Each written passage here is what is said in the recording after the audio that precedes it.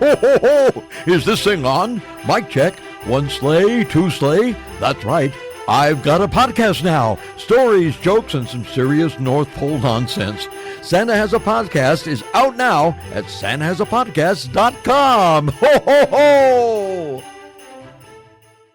Support American jobs while standing up for your values. OldGloryDepot.com brings you conservative pride on premium, made-in-USA gear. Don't settle. Wear your patriotism proudly. Visit OldGloryDepot.com today. I say this every election cycle, and I'll say it again. The 2024 political field was intense, so don't get left behind in 2025. If you're running for office, the first thing on your to-do list should be securing your name on the web. With a yourname.vote domain from GoDaddy.com, you'll stand out and make your mark. Don't wait. Get yours today.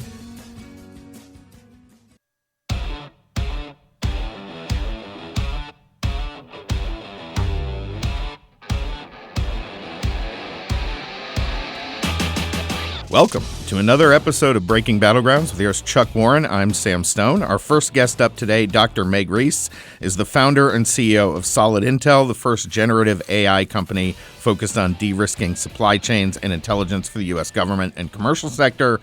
And she wrote a great piece that came to our attention in the Washington Post. China's rare earth dominance is secured by American red tape. Dr. Reiss, welcome to the program. Thank you so much for having me. All right, Dr. Reiss, you wrote a great article, a column in the Washington Post. China's rare earth dominance is secured by American red tape. This is an issue Sam and I have talked about for a while. It's something President Trump, unlike any other president, has been focusing on like a laser beam. Explain why we cannot allow China to have rare earth dominance and refining, and why is America red tape killing us in this category? Yeah, absolutely. So starting in the first Trump administration and continuing through today, the administration started recognizing a massive problem that we allowed ourselves to get into. Starting in the 1980s, when a lot of environmental protections started coming in place, we started deciding that critical mineral processing, as well as a lot of mining, was too dirty to allow to happen in the US. And so we started outsourcing it. And what ended up happening is a lot of mines went overseas, but more than that, critical mineral processing. So critical minerals are the base components of pretty much every technology we rely on, and definitely the technology that the Department of War relies on. All of that processing, most of it started happening in China. And so for a lot of critical mineral processing, there's 90% processing in China. For some of it, it's 100%.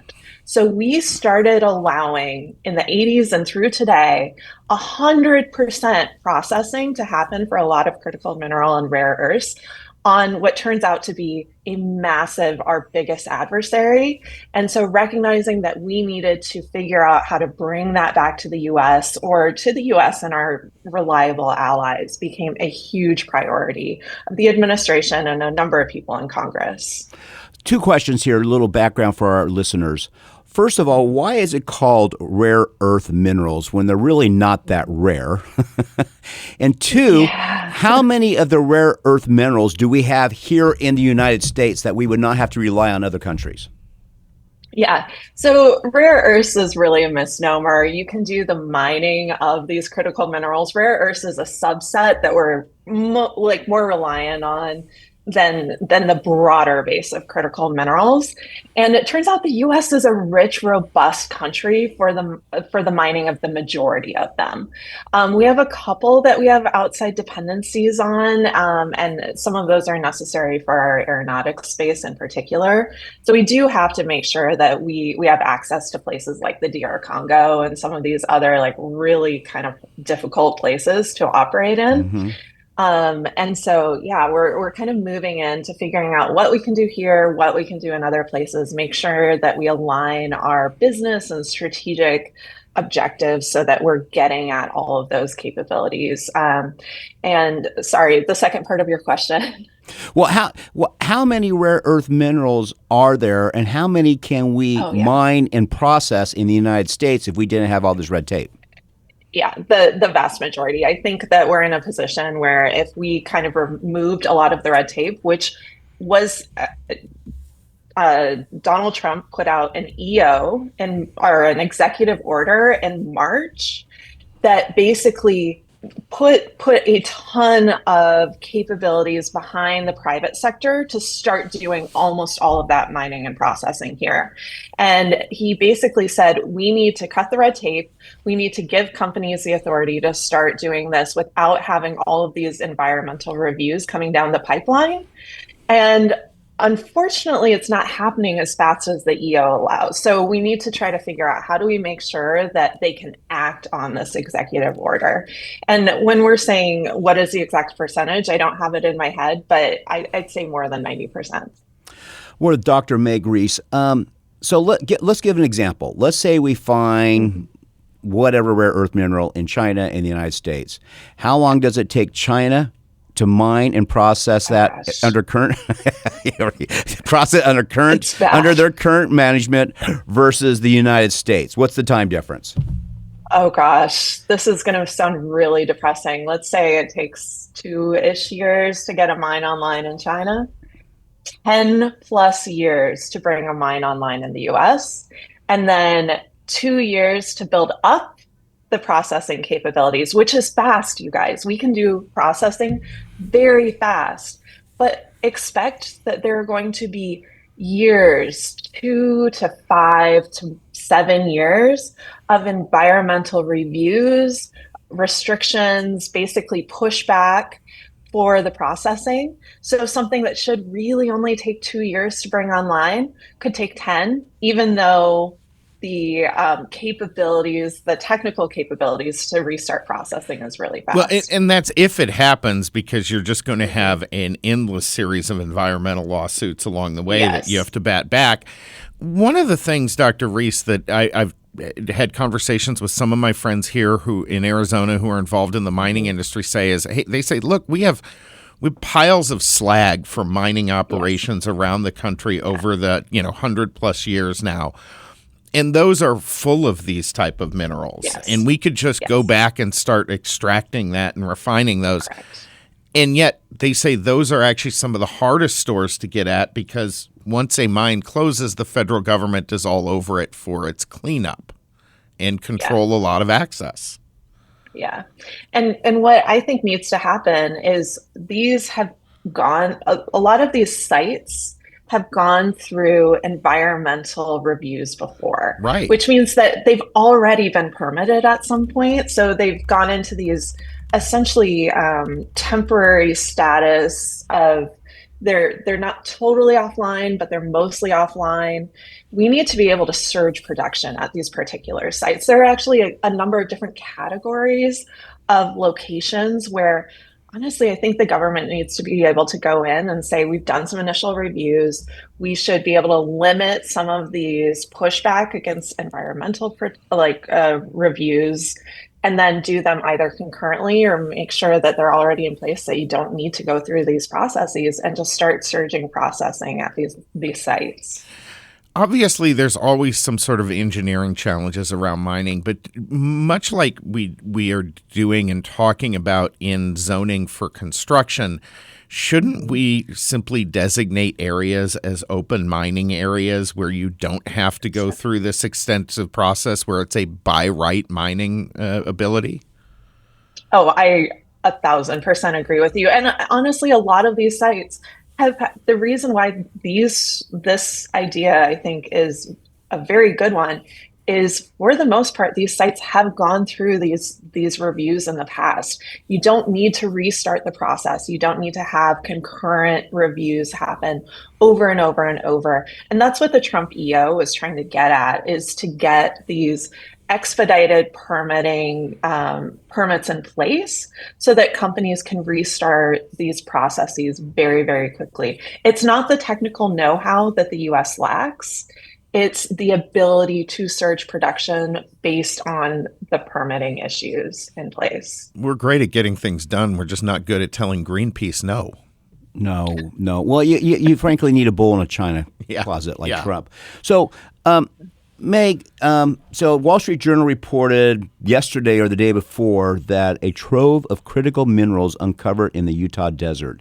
There's a mineral production company called Ionic, said they discovered 16 rare earth and critical materials in the southern Utah desert, and they're already, they've already received the permits and stuff for mining. How important is a finding like that for our efforts?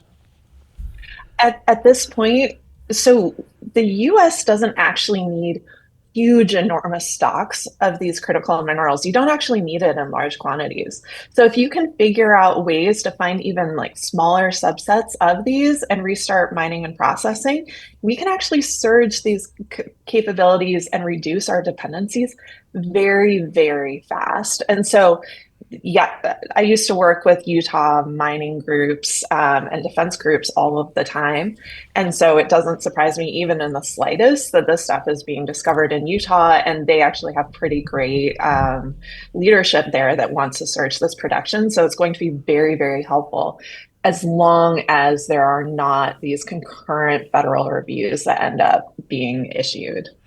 One of the things that it sort of just occurred to me on this, but do we have national stockpiles of these minerals like we do with oil? Is there a national reserve kept? There is. There is at the Department of War's a national defense stockpile, but unfortunately, it has been reduced pretty much every year since the early 80s. And so something that I did when I was a staffer in the Senate is we actually tried to put in place a couple of mandates to increase those stockpiles. So Senator Ernst of Iowa, for instance, and a lot of other members were pushing money to be able to search these stockpiles. And then we were actually trying to figure out different ways to expedite processing. However, they're vastly understocked, and without continued support from the administration, I just don't see these stockpiles getting up to their capacity. What happened this year, though, with what's called the MP Materials deal. So this is a mining company, and then a couple others have followed, is the stockpile essentially agreed to set a floor for offtake of these minerals, which means that, so China loves to do this really, really bad thing where they flood the market with different products, drop the price, and then put US and other companies out of business. And so with this stockpile, what we were trying to push back when I was in the Senate, I actually wrote legislation with some support, is we wanted to have the stockpile have a guarantee to these processing and mining companies that they would offtake the minerals at a price that would make sure that they'd be able to continue production, even if China flooded the market again. And what we saw with the administration this summer, and now they've done it a couple times, is they have acted on this and they have said, we are going to create a floor for the offtake of the minerals. So when China does this again and it takes this bad action again, these companies will not go out of business and they'll be able to maintain their production levels. You see, Chuck, we still do have smart ideas in Washington, D.C. They're just not getting implemented is the problem. Well, she's not in office. That's the problem. Right. She's just yapping with us this morning. We're going to be coming back with more from Dr. Meg Reiss here in just a moment. Folks, stay tuned. We have a lot more to talk about. Breaking Battlegrounds coming right back.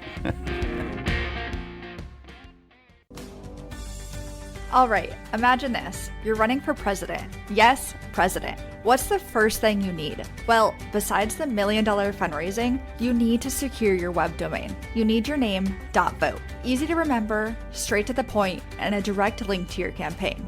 No, but seriously, whether you're getting out to vote or convincing people that yes, you can fix the potholes on Main Street, a .vote domain helps you stand out. It's not just a website, it's a call to action. Head over to GoDaddy.com or name.com, type in your name, .vote, and boom, you're ready to make a lasting impact. Get started today with your .vote web address.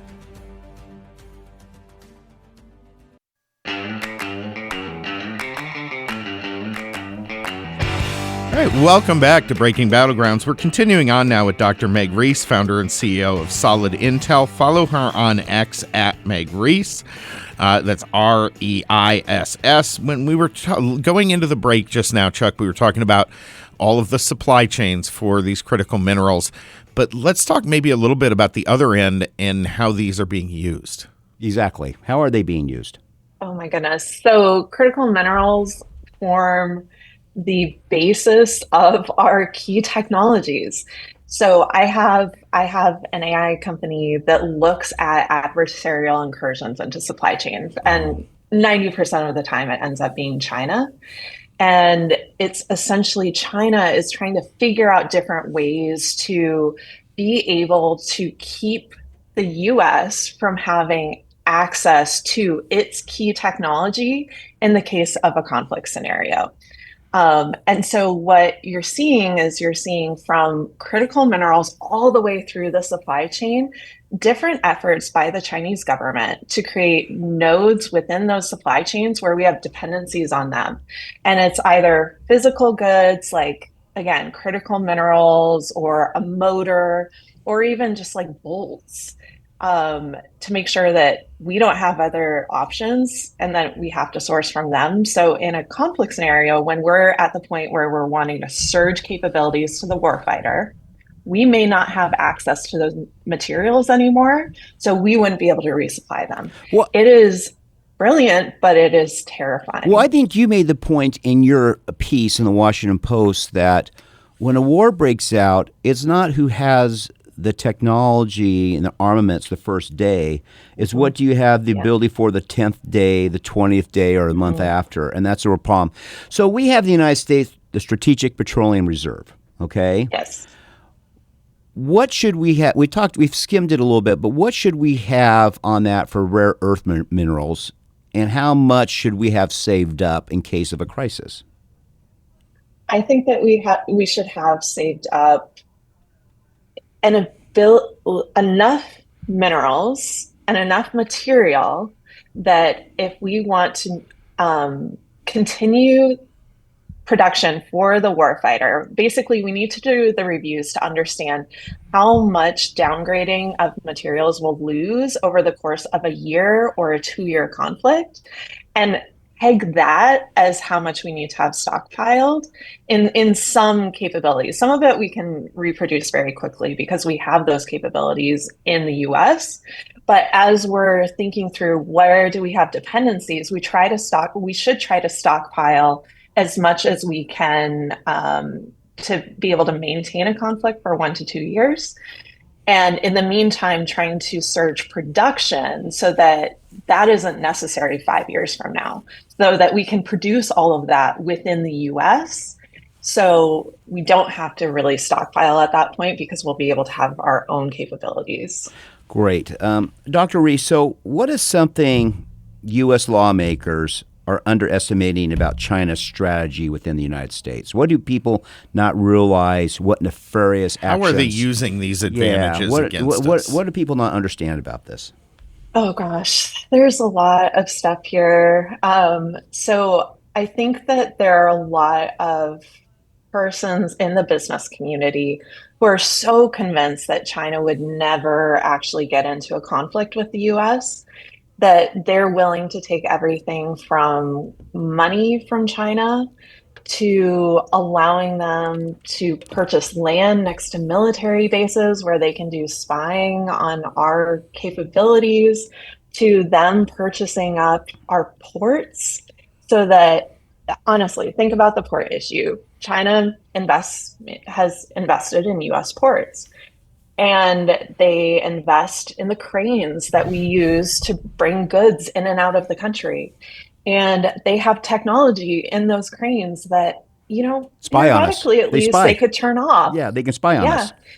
They can spy on us. And think about what we saw with Israel and the Beeper attacks. It was an amazing long-term play that Israel played, that they introduced technology to their adversary that at a strategic moment led to a real advantage on their part by blowing up these beepers. And with the number of technologies that are dependent on China that they've had access to, my biggest question is how many beeper type attacks, and I'm not necessarily talking about physical attacks, but how many beeper like attacks that could shut off that technology have they put in place that we have those dependencies on? Chuck and I have some friends here who work for and with the local utility companies, and we've brought this up with them. They acknowledge that their system is rife with this risk, and they're literally not doing anything about it. And I hate to throw our friends under the bus that way, Chuck. Well, part of the problem is everybody's complaining about utility prices now, and the problem is they have to go get it from somewhere. So either the state steps in or they have to increase rates, and that's the problem right now. But we do not have leadership that is explaining why these things are important. Meg, so Donald Trump is making, for example, deals with South Korea to build ships because we lack, well, we can, but again, we have lots of reasons why we don't do it. Do you feel that's a smart strategy to counter China, that Trump's going, all right, I'm going to go to South Korea, start having them build more ships for us. I'm going to go to Australia, help them do more critical minerals for us. I mean, realizing, I do believe in Trump's world, everything should be done in the United States, but he also understands being second go-round in D.C. that there is just bureaucrats upon bureaucrats who will do every reason to delay these. Do you think that's a good strategy? It has to be a yes and. So we just are not going to be at the point we need to be if we're doing it only in the U.S. So working with our allies while we build up our own capabilities. So there's a new effort that's kind of like Golden Dome for shipbuilding that's happening in the administration right now, where they're really trying to put money, effort to rebuilding the shipbuilding industry here. But we likely are not going to do it fast enough. We need to work with our allies and offtake from our allies in the meantime as well. Dr. Reiss, we have just about a minute and a half left here. Last question, because we've had guests on who talked about this. In World War II, the U.S. very quickly ramped up, and we were able to create a military and outproduce basically the rest of the world. Mm-hmm. I've had people who come on here, and they're like, hey, if we got into a war with China, we'd be able to do that. No. I disagree, and I'm curious about your take. I think we have to be in it. We have to put ourselves in a position to do that first. We have to do it first. And I disagree that we could have done World War II better had we prepared better. Right. We actually, our rubber production was behind by years, which actually likely delayed D-Day because we didn't have sufficient rubber production in the US. We recognized it ahead of time. We tried to put money towards it at DoD. We failed to, and it led us to having reduced capabilities for multiple years as we were trying to restart production. We have to do certain things ahead of time. 100%. Foresight is such a cool thing. Well, it's a critical thing in a world where you could find yourselves. Do Americans really want to live under Chinese rule? I think people need to start asking themselves that question because it's a real one if China gets its way. And I don't mean necessarily direct rule, but simply their control of the globe in the way the U.S. has for the last 40 years. Yeah. Dr. Reiss, thank you so much for joining us, folks. Follow her on X at Meg Reiss. Breaking Battlegrounds will be coming back with more here in just a moment. Stay tuned. And thank you so much, as always, for joining us.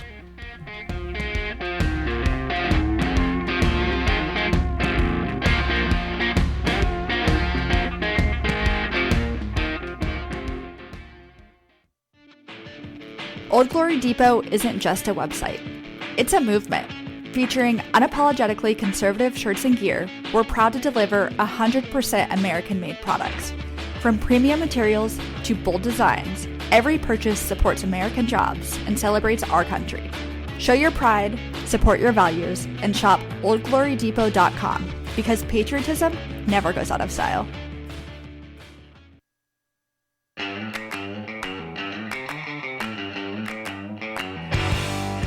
Welcome back to Breaking Battlegrounds. Our next guest up today, Chris Papst, is a national Emmy-winning investigative reporter with Fox 45 in Baltimore.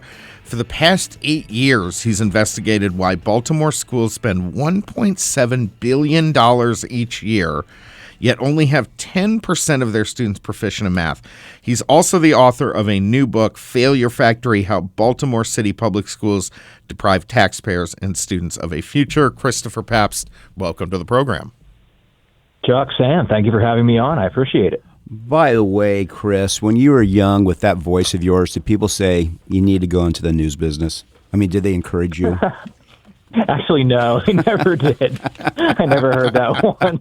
You have that great reporter voice. It's wonderful. So look, we're fascinated on education, fascinated with your book. And by the way, folks, we're going to give away 2 books. We'll be posting this interview on. If you engage or DM us, we'll send the first 2 people Chris's book, The Failure Factory. It's very rare for a news organization to give somebody like you carte blanche to go investigate this for 8 years, and specifically public education. Is that a fair assessment?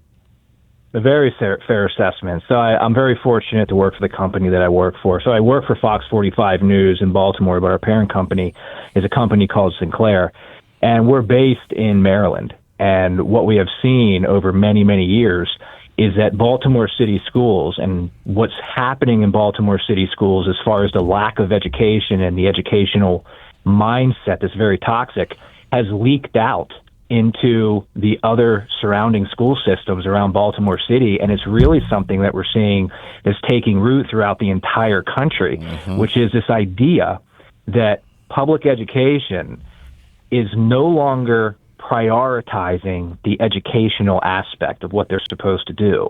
They're largely prioritizing the acquisition of funding and then the usage of that funding to hire adults. And we can go over some of the data here, but what I do in Failure Factory is that I take all the data over an 8-year period. I've been investigating this, as you said, for 8 years.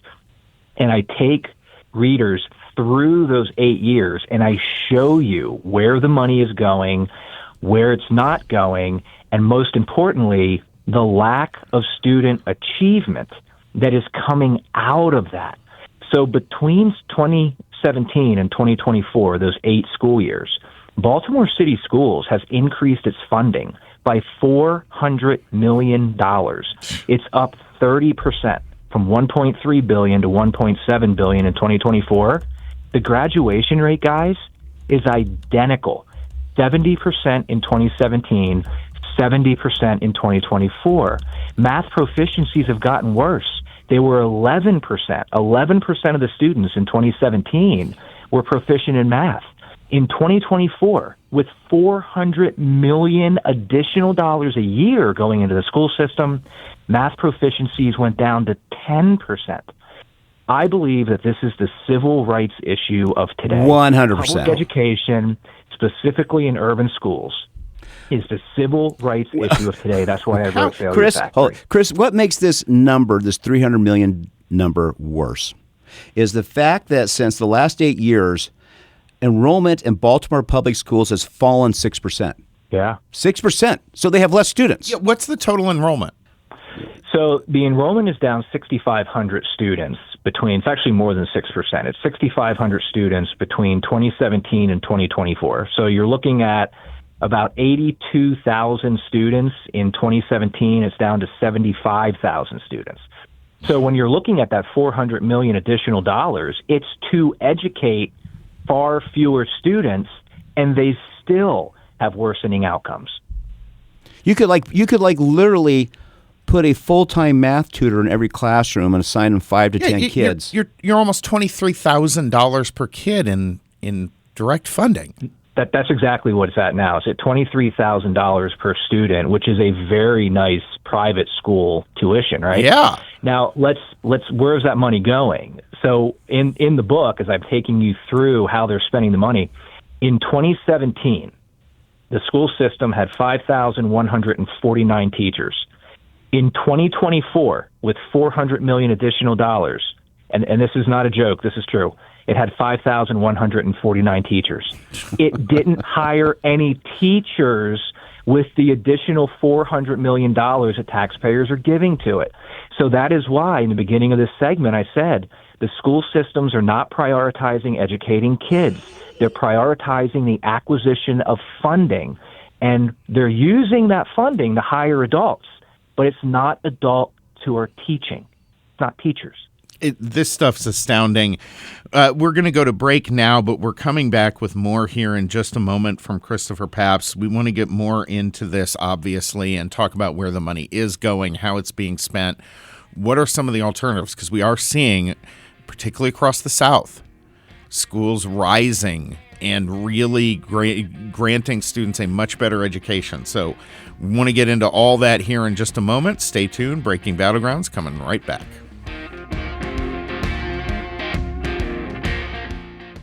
Sam and I are always talking about being prepared, whether it's hurricanes in Florida, earthquakes in California, flooding in Arizona, or supply chain disruptions. Exactly, Chuck. When pharmacies shut down, it does not matter how tough you are, you still need access to critical medicine. That's why we trust Jace Medical. The Jace case comes with 5 life-saving antibiotics and key over-the-counter meds, so you're covered when things get disrupted. And Jace goes beyond just the Jace case. They also offer first aid kits, daily prescriptions, and long-term nutrition with Jace Pantry.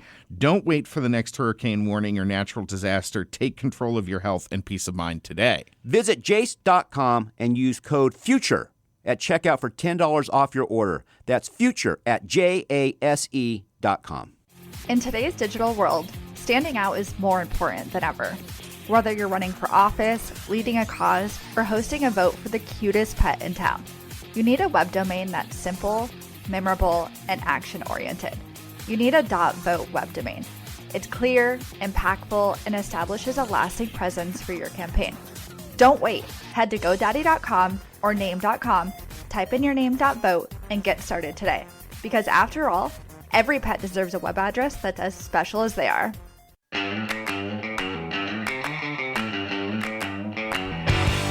All right, welcome back to Breaking Battlegrounds with your host, Chuck Warren. I'm Sam Stone. We're continuing on now with Chris Papst, National Emmy-winning investigative reporter with Fox 45 in Baltimore. Follow him on X at Chris Papst, Papst. Something you mentioned in the failure factor, your book, is that, and I think this is really important for you to explain for our audience to understand exactly what they're doing. There's the 50% rule in Baltimore. Can you explain to our audience what the 50% rule is and why this is a disservice to the kids in those public schools?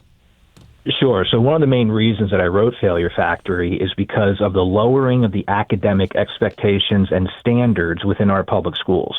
And I have many examples in the book of wording within school board policy. It doesn't sound like a very sexy topic, right? But it's within those school board policies that there are certain wordings and certain sentences that if you look at and you see it in your local school system's policies, it's an indication that the academic outcomes are falling and the school system is trying to improve the academic outcomes, not by better educating the kids, but to make it easier to pass and matriculate through the grades. And one of the things is the 50% rule. And what this says, and Baltimore City has this, is that if a student, no matter what a student does, how little work they do, how little they show up to class, a student cannot get below a 50% as a final grade for a semester or a marking period. So if you have a student who literally does not come to school for 45 days in that marking period, takes no tests, no quizzes, no homework assignments, that student will get a 50%. They won't get a 0, they'll get a 50%. And the reason the school system says they want to do that is because they want more kids to pass. Mm-hmm. They want to give kids more of a chance to pass. But in Failure Factory, I talk to teachers who say, this is teaching kids the wrong thing. It's teaching them that if you don't go to work, you still get half of your pay. That's not the way the real world operates. And if the public education system is designed to teach kids how to prepare for the real world, things like the 50% rule are doing them a disservice, according to the teachers and the administrators, even the parents that I talk to. But that 50% rule, it is starting to spread throughout the country. And if you go into your school board policy, and in Failure Factory, I give you the wording to look for, this is an indication that your school system is struggling. But it's harder to better educate kids if you want them to pass. The easy thing to do is to lower the expectation and essentially give kids free points so they can pass. That's the 50% rule. How do we, because this mindset is really coming from the teachers union, it's coming from the adults in the system, and what we see over and over in local school board elections is that the people they're backing have lots of resources for these elections. They have lots of official and unofficial support. People going up against them tend to be parents with a small network of friends they know. How do we start pushing back on some of this stuff or changing the narrative so that the people inside the building start refocusing on academic results and on the kids? That's exactly why I wrote Failure Factory, because people need to know. And I think that a lot of people don't fully understand what is happening in our public schools. The mindset of not prioritizing educating kids, the mindset of acquiring the funding and then using that funding to hire adults. So, we talked about how Baltimore City Schools has 6,500 fewer students than it did 8 years ago. Over those 8 years, it's acquired 1,300 additional adults. So you have 1,300 more employees to educate 6,500 fewer students, and the educational outcomes are still either flat or going down. But it's not so much that it's happening. The reason I wrote Failure Factory is why it's happening. It's happening because there is no connection between student academic outcomes and funding. They're not connected, especially in a state like Maryland. You have politicians that just keep giving more and more money to the public school systems, but they don't demand that those public school systems better educate the kids. That is why in a school system like Baltimore, that is 93% minority, that I consider this a civil rights issue of today. Because we talked about 10% of the kids being proficient in math. That means 90% of the kids are not proficient in math, yet 70% of them are graduating. So you have 70% graduation rates with 10% proficiencies in math.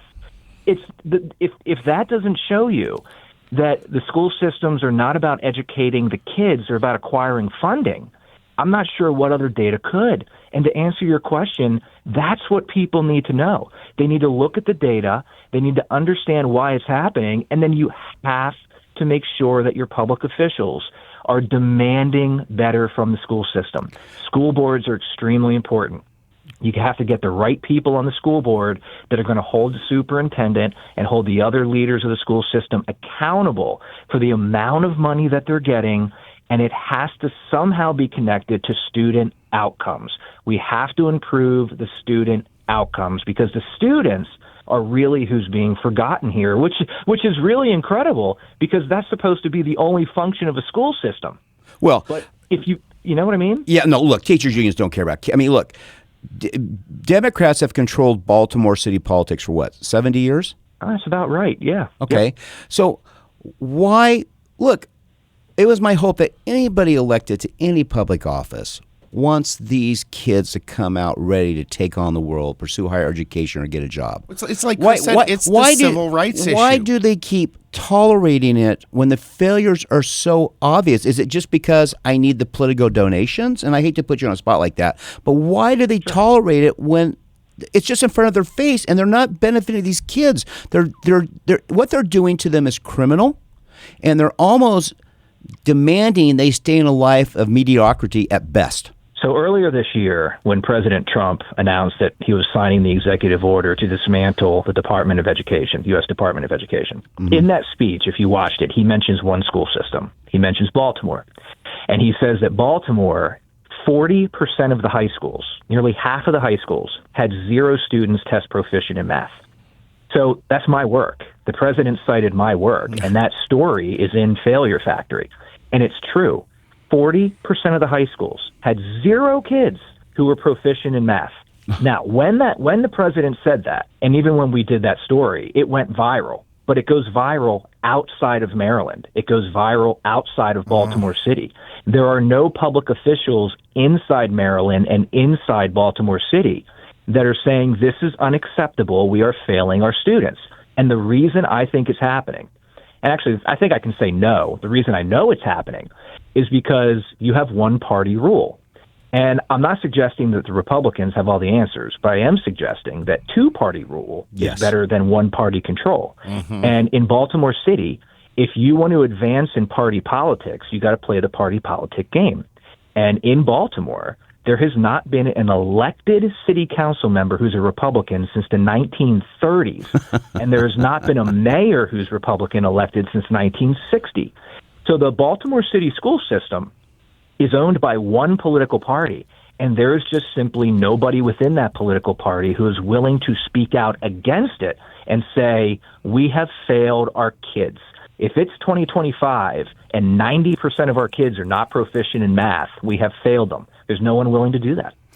With Chris Papst, he is the author of Failure Factory. We will be offering that book to the first two people who DM us this weekend on the book. Chris, so one thing I want our audience to understand is you're a public school proponent. Your dad was a public school teacher. Is that correct? Correct. You send your kids to public schools because, like me, you agree the following. You're always going to have about 85 to 90% of American kids go to public schools. So we need them to be the best. What does I'm sure you've talked a lot about this with your father. What does he think needs to be done? I mean, I'm sure it's changed quite a bit since he taught. Where did he see the decline? So he retired in 2008. He taught for 35 years in Pennsylvania, in a suburb of Philadelphia, and he was a woodshop teacher. And it's really interesting in speaking with him because when he retired, he was not replaced. They did away with woodshop. He was there for 35 years in a school, teaching kids a skill, an actual skill, and he was not replaced. And, from his standpoint, he invested 35 years of his life into doing this, and then the public school system determined that it wasn't valuable, where I would argue that is an extremely valuable skill to be able to have. Yes. But in talking to him and looking at the larger picture here, he had seen the same thing that was happening, where the school systems, their priority, their energy is going into acquiring the funding. And if you really want to know how a school system, or any organization for that matter, if you want to know what their focus is, you got to look at where they're improving.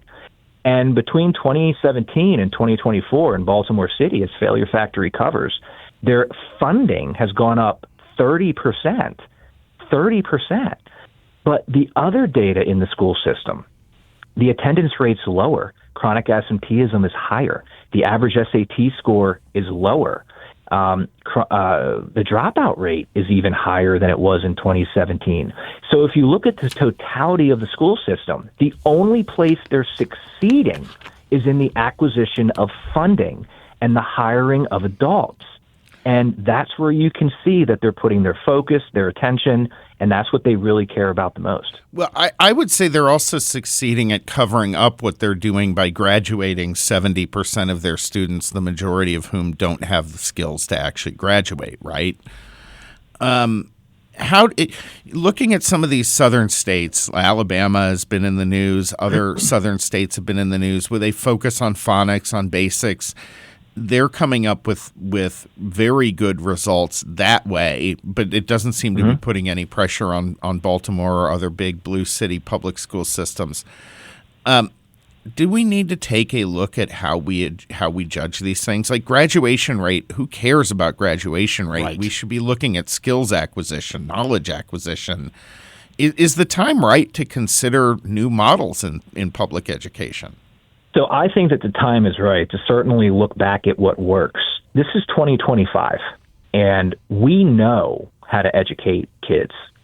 But over the past 20 years, I think that in a way, we have largely replaced what works with what sounds good and what sounds nice. And I can give you a perfect example. So in 2014, January of 2014, President Barack Obama felt that there was a disproportionate amount of minority students, specifically minority males, that were getting arrested or expelled or suspended from public schools. So he came to Baltimore in January of 2014, and he announced that he's issuing guidance to all 50 states that they must lower their arrest rates and their suspension rates, specifically of minorities. Well, what that did, and I talk about this in my book, is that it kept disruptive kids in the classroom. And the arrest rate in Baltimore City dropped 98%. Baltimore City went from arresting about 900 kids per year in school to arresting 18. And it wasn't because the kids were acting differently. It's because the adults were responding to the misbehavior in a different way. And if you look at a lot of academic success data around the country, you will see that right around 2013, 2014, academic outcomes started to fall. Well, why is that? It's because the school systems were no longer holding the children accountable for their actions, and they were keeping disruptive kids in the classroom when beforehand those kids were getting removed from the classroom. But when the President of the United States says, hey, there's clearly a bias against minorities, specifically minority males, because you're suspending them at a disproportionate rate, the school systems followed that, and it kept these kids in the classroom. And I also think that the national teacher shortage that we're seeing is a result of that, because the environment within the schools deteriorated and the discipline deteriorated, and it made it much more difficult to teach. Chris Papst, you are right on. I have had multiple conversations with teachers here in Arizona and across the country, and they say the biggest problem in their schools and the thing driving the most teachers out is the discipline issue and the fact that they often feel like they are in danger. Thank you so much for joining us. I'm sure we're going to want to have you back on here in the future to talk about this some more. Folks, follow Chris on X at chrispapst.com or Chris Papst on X at Chris Papst. Follow Breaking Battlegrounds at breakingbattlegrounds.vote, and make sure you're signed up for our podcast portion. You don't want to miss it. We always have great additional content every week. See you on next week. I say this every election cycle, and I'll say it again. The 2024 political field was intense, so don't get left behind in 2025. If you're running for office, the first thing on your to-do list should be securing your name on the web. With a yourname.vote domain from GoDaddy.com, you'll stand out and make your mark. Don't wait. Get yours today.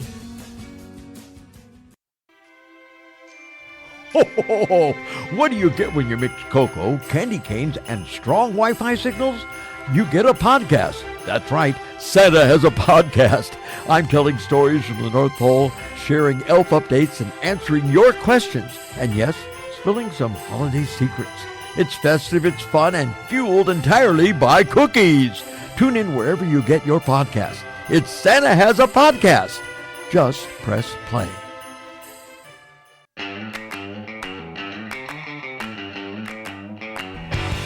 All right, welcome to the podcast portion of Breaking Battlegrounds. Chuck, good program so far today, and now we have a Matthew Putnam, friend of the program and associate of external affairs with the National Taxpayers Union. Guy we always love having on to talk because he is a man after our own heart. Matthew, welcome back to the program. Thanks. It's good to be back. So let me ask you this question real quick. So Florida, we covered it last time you were here, but now they're really going at it in Florida to eliminate property tax.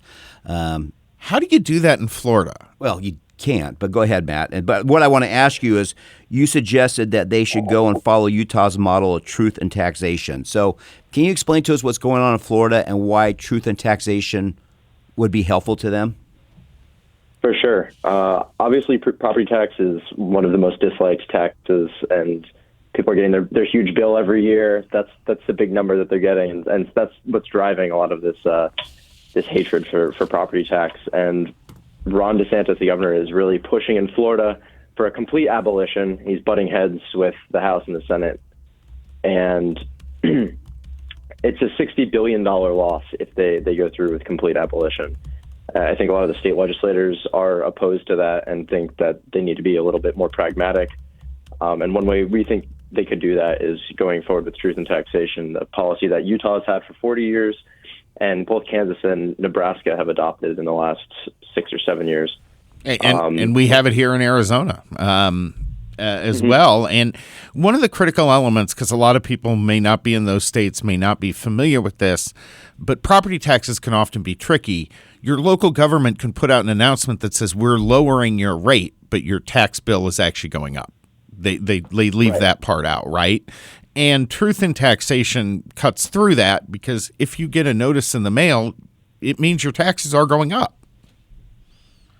Absolutely. With assessments on the rise and with inflation, a lot of the time, just the value of your home will increase your taxes. Sometimes lawmakers try to get around this, or your municipality will try to get around this and say, oh, we're not increasing your property tax because the rate stays the same. But that's just not the truth of the matter. And that's what's really driving a lot of people to push their legislators to make some kind of change, because the property taxes are getting out there. And what truth in taxation as a policy does is also, in addition to the transparency element, it also keeps a revenue neutral rate. So the rate that you're paying is more or less going to be the same from house to house. But in the municipality as a whole, they'll have the same revenue as the previous year, unless they make an effort to increase that. Are we seeing a rapid increase of property taxes across the country since COVID? Absolutely. All of the inflation that came out of the Biden administration drove that. And then in certain states like Florida, the immigration from one state to another is driving that as well. So I have this idea, which I've actually had the legislation or the initiative language drafted. It's this. I think one way we can stop this madness is, the average turnout for increasing property taxes in municipal elections is 15 to 35%. Okay? Mm-hmm. What if we passed a law that said you can only increase property taxes or bonds if the voter turnout is 50%? So you're not requiring. You're not requiring 2/3. Way that you could go. Yeah, but my thought behind it is, the reason I had it drafted, and we're going to start moving around the country, is because at least with 50% turnout, at least half the population knows what the heck they're voting on. And Sam and I sort of had this concept this year. We had two bonds on here, or were they sales tax increases? What were they? One was a bond, one was a sales tax increase. And what was the turnout for it in Maricopa County? So it was like 18% on the bond. So 18% of people voted for these bonds. And the 35-year sales tax, which was at like 26%. So basically, I had numerous people call me and say, what are these things about? People didn't even know what it was. So if you're going to ask people to keep raising these taxes, you should at least have half the population informed enough they can come out and vote yes or no on it. What are your thoughts on that? For sure. That's definitely one direction to take on increasing the turnout and making sure that people are aware of what's going on. Another route that we've seen some of our partners up here are pushing is making sure that all these elections are consistent, having them in November, not having special elections that people don't even know what's going on in May or something else.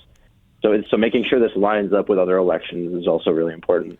I think that's a critical issue, because you see, I think both of these things point to one of the underlying problems that I don't think most people in our society understand. But Matthew, you probably do. Our government is so big at so many levels, federal, state, local. They have so many contractors working for them, so many people whose income is dependent on that government continuing to spend money, that in these super low turnout elections, I've really come to the belief in looking at the numbers that what we're seeing is things are being passed primarily in majority by people who have a direct financial interest in their passage. That there's so many people in the city of Phoenix and Maricopa County who work for those governments that if you have 26% turnout, they constitute a majority voting block, and they all vote. Mm-hmm. And you see that bloat just continue to increase because of those vested interests. And we think that part of the issue with property tax is also that it's increasing because all of these local municipalities are raising their budgets from year to year, and they need to pay for that somehow. Mm-hmm. So if you can reduce spending, that's another factor in this, right? You don't need to just abolish property tax. You need to look at why revenues are increasing. Do you think do you have some takers in Florida to take up legislation like truth in taxation as they're debating these property taxes? We've talked to a couple lawmakers, but there's an issue with especially the governor. He's even turning down the ones that have been introduced. He is really aggressive with the House especially, and is saying that they are not doing enough. The large homestead exemptions that they're putting forward just isn't enough in his eyes for Florida. Well, but has he proposed? I haven't seen it, and I generally like Ron DeSantis quite a bit. Has he proposed an alternative? Like, are they looking at an increased sales tax or some other tax to offset at least a portion of the revenue they would give up if they got rid of property taxes? I've still yet to see anything from his office. He had mentioned that only 30% of the revenue that they bring in from property tax is from primary residences. So I think the idea there is that, this 60% of revenues we'll be able to deal with just that 30% loss. But that's still a $15 billion loss to local revenues, and that'll be hard to make up. Well, and you're going to have every Democrat politician coming and buying a rental home, claiming it as their primary residence. So how's that going to work out? Right. Well, but Florida when takes you're looking at rental properties too. A third of Florida residents are renters, and that'll drive up their rents too. Like, people are right. I understand why it's important for the homesteads, but there are still people that are renting as well. Well, what's funny about this conversation? Two things. First of all, Florida receives $56 billion annually in funding from property taxes. I mean, that's not small lot change, of money. Right. But the funny thing about this conversation with us three is we all hate taxes, and the fact is, there has to be a plan to replace the revenue. So, guys, I hate taxes. I want to throw yes. You have to have a plan for, are you going to cut spending, replace the revenue, whatever. I am so sick of these discussions. I got to be honest, guys. I am so sick of these discussions about it's property tax, it's income tax, it's this or that. Let's talk about total taxation. Let's talk about the total tax burden in its state. For sure. That's how we should be talking about this. Exactly. Because Texas, I mean, everyone's like, Texas, low income taxes. Their property taxes are high. Their property taxes are through the roof. Their sales taxes are high. It's not actually that low tax of a state. No, it's not. It's not. And getting rid of the property tax would make the sales tax skyrocket. Right. The Tax Foundation looked into this, and they found that to make up these revenues, statewide, the average would have to go from about 7% to 15%. And in some counties, that would be even higher. Their estimate for Glades County, which doesn't have much retail, was that they would have to make it their sales tax 32% to make up for the property tax. Oh, man. So as we wrap up with you, Matthew, the question here is, what should people be looking at? What sort of onerous taxes do you see various legislatures trying to push through these upcoming legislative sessions in 2026?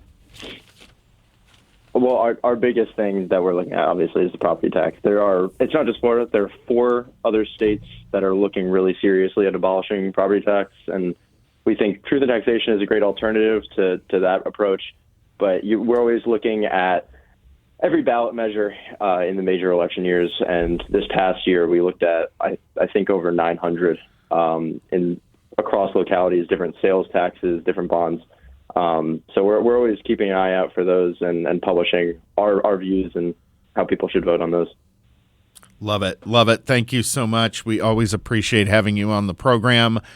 We'll look forward to having you back again soon, because I know there's going to be a lot of action with legislatures just getting started. There's going to be new tax and tax cut proposals all over the country. So we will be bringing you back on to talk about those in the near future. Matthew, I do want to ask one question before you leave. Do the wealth taxes being voted on and passed in certain blue states, is it driving people to leave the state? Do we have numbers on that? Absolutely. We published a tax migration piece a couple weeks ago, looking at where people are leaving, where they're going to, and if I'm remembering right, for example, Illinois is losing 2 people every minute, something to that effect. So that people are being driven out of these states in substantial numbers, and they're going to places like Florida. Where can people find that report, Matthew? That's on our website. If you go to ntu.org, it's posted up there. And there's a lot of traction on that one because people are interested in why people are leaving. There's going to be a lot of traction in New York on that one real soon. Well, one thing that's not being covered because Americans don't care, but the number of people leaving England. Huge. Because of the wealth taxes on there. Yeah. It's pretty, I mean, they lost 56,000 last year. Wow. So Norway had the same exodus about 2 years ago. Yeah. Well, Matthew, thanks a million. Have a great weekend. Of course, you too. This is Breaking Battlegrounds. We'll be right back with Kylie's Corner. Talking about crimes and the ones committed, murder and mayhem in a world of sin and Kylie's on a roll. Kylie's got a corner and she's gonna start spilling out all the true crime in the world we're living in. So come and take a spin and listen in. I was just reading that story back in the About the football coach? Yeah, about the football coach. So, by the way, something Wild. that's driving me nuts about the football coach situation is you have Jamil Hill, is she the race baiter? Yeah. Former ESPN gal, saying that this really causes lots of problems for future black coaches getting head coaching jobs. I think that's a lie. I don't think anybody cares. This is a personal failing of a man who... And I've talked about the show before. As I've read more and more about the story, I'm sort of fascinated by it. The only people talking race on this are idiots like her. Or race baiters. Literally. Yeah. But, there's a show I think I told you about that was on several years ago on ABC about you knew immediately on the show who got killed and who the murderer was. But the premise of the show was what happened to lead to that point. And the thing that always stuck out to me on it, it was sort of like Breaking Battlegrounds. There was just points and milestones along the way where you could have stopped. Right? Yeah. Right. And like Walter White could have stopped. Brother-in-law would not have been killed. He would have got, Yep. There's just some points. This story is full of milestones that he could have simply quit. Yes. Yeah. And not been in the position he's in. And, and I it's tragic, and it's really a good lesson for all of us that sometimes just stop digging. Right? And he could have stopped digging months and months and months ago. The single biggest lesson from this is just what you said. Stop digging. Yeah, it's just they were confronted in the summer. They could have really stopped then. But before the show, I go to the gym, I hit the elliptical, start reading everything Kylie sent, and the race thing just about had me throw my phone through the window because it's just garbage. Come on, it's just no one's viewing it that way. No. So I have a little update on the Brian Walsh case from last week. So you know how if you guys didn't listen to last week, he's the guy that's on trial in Boston for murdering his wife and dismembering her body and then disposing of it. And all the Google searches. Yeah, and all the Google searches on how to dispose of a body, all this stuff, which leads to that, which he did plead guilty to dismembering and getting rid of the body. And I was like, the prosecution's not doing a very good job at proving that he murdered them. But I just found out this week that the jury doesn't know he pled guilty to those two things. Really? Right. No, they would not. That would be prejudicial. Oh, that's fascinating. Right. So I take that back. I do think they're if they're proving all of the evidence that he dismembered and got rid of the body, I think a lot of jurors will just consider that a part of the murder, right? Well, maybe. Well, obviously you put two and two together. But this is how you end up with a hung jury because someone's going to listen to the judge's instructions and to the defense attorney who's like, that's not at issue. The only issue is whether he killed her or not, and there's no proof. Someone's going to be there like, well, that's true. Yeah. Do you think these juries really get through a trial and not hear about it from outside sources? Oh, heck no. Yeah, no. No, that's garbage. There's just no way. I mean, I don't know. I used to think that, but I meet some people now who are so clueless. They just have no curiosity. Well, I think if you're serious, individually someone like that, sure. But like any normal person, somebody like if you're on a big trial, Chuck, let's be honest, I'm coming up and getting out. I'm like, Chuck, give me some of the details. I need the inside. Who's not doing that? Yeah. I just feel like... I mean, I don't even need to do it because Kylie will have already done it. I've already texted you a link. If I was on a jury, Kylie'd be all over us every day. I want to be on a jury. I hope I'm on one soon. I hope it's a murder case for you. I hope so too. Yeah, no kidding.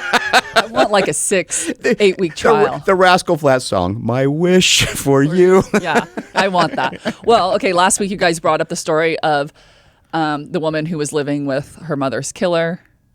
Yes, I looked into that. I read that story. I'll share a little bit more about that story with you guys this week. So Patrick Galvani, he was arrested for the murder of Nancy that occurred in 1982. What had happened back then was Nancy had filed for divorce and filed a restraining order because in the summer of 1982, he attempted to kill her. So before he actually killed her, he attempted to kill her by placing a pillowcase over her face and trying to suffocate her, and then he punched her, which she did end up dying from strangulation. So she had filed for divorce, moved into like a women's shelter in San Francisco, and they had a 5-year-old daughter who's now a professor at Yale. And she does the infectious disease. Oh, wow. Yeah, it's a pretty bright gal. Yes, very bright, very bright. Which I find very interesting that like she went through all of this and her father continued to raise her. So I'm going to go back to the story. Patrick on August 8th. How old is she when the father 5. killed us? 5 years She's old. 5. Okay. But like aware enough that like she knew she had said they were in a custody battle over her. And he said to the mother, I'll kill you before you get custody of Allison. Oh boy. So she like has that memory and knows, which is why, so, but I don't know how, and they arrested him back then, but he called her on August 8th and said, I'm going to come pick her up. You need to come pick up Allison. So he had her for the weekends and the mom had her for the weekdays. And this was on a Sunday and was like, you need to pick her up early or whatever. And she just like didn't know why. And so she went to pick up Allison and she had never been seen since. Her car was like left in Patrick's garage. And then fishermen found her wrapped up. She was naked, wrapped up in a sleeping bag, and thrown like into the bay in San Francisco. Oh boy. And they actually had Allison identify the sleeping bag from their home. Oh, and it was a sleeping bag that they had like taken to have a picnic on after she graduated from kindergarten. And so then he was arrested at the time, but he supposedly passed a lie detector test. And so then they released him because they didn't have enough evidence that it was him. Wow. Until now, which I do maybe believe because it went cold. They don't say why or like what evidence has come up now, but I'm assuming it's some kind of type of DNA or 100%. But for Allison, she said that she questioned for her full life if her father used her as bait to lure her mother in for her death. She also said that knowing what happened to her mom, it's haunted her throughout her life, and it led her to tell her father, like, she can't walk him down the aisle, like, you have to walk in front of me. And then I guess at one of their family holiday events or something in 2008, they got in a huge fight and was like, you killed my mother, and he responded, it wasn't my fault. So since 2008, has she had contact with her father? She moved to Connecticut, and I think he still lives in California, and so it was like very estranged. But he still was in the wedding. It would be really complicated because, like, I think it'd be confusing. She was 5. Being 5. If you were 10 or 12 or something, and then he ended up getting full custody of her because, like, the mother was dead, and so he genuinely he wasn't in jail. So, do we know how her childhood was? Did he remarry? What do we know? No, she didn't talk about any of that. It was like her comments were very acerbic, limited on it. Yeah.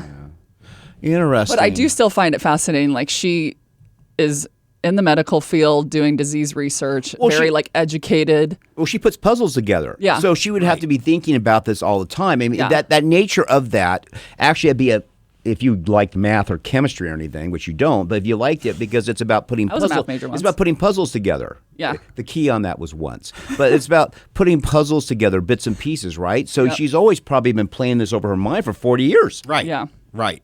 Yeah. So he's arrested now. That's all I'm going to say on that. 40 years later. 45 years later. He's 81, so, he probably doesn't have that much longer in there.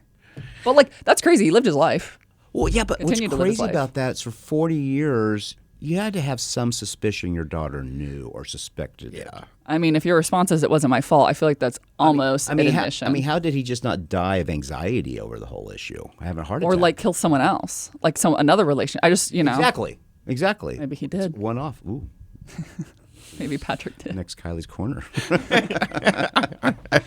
Yeah, so that's all I have this week. Well, that's it. But that's an interesting case. So who does it? Is it Netflix, Hulu, Peacock? Who does the limited series? Because this is limited series worthy. At least 4 episodes. Probably Hulu. Netflix is a little too slow on that stuff.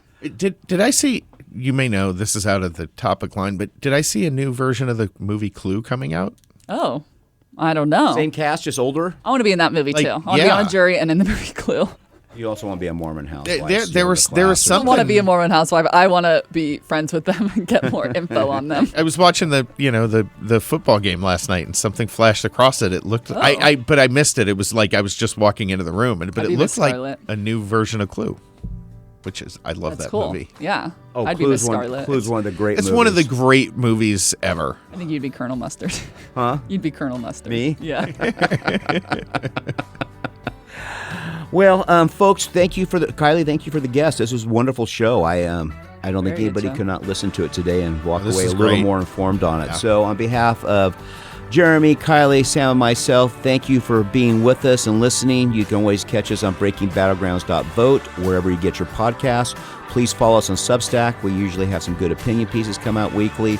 And have a great weekend and get your Christmas shopping done early.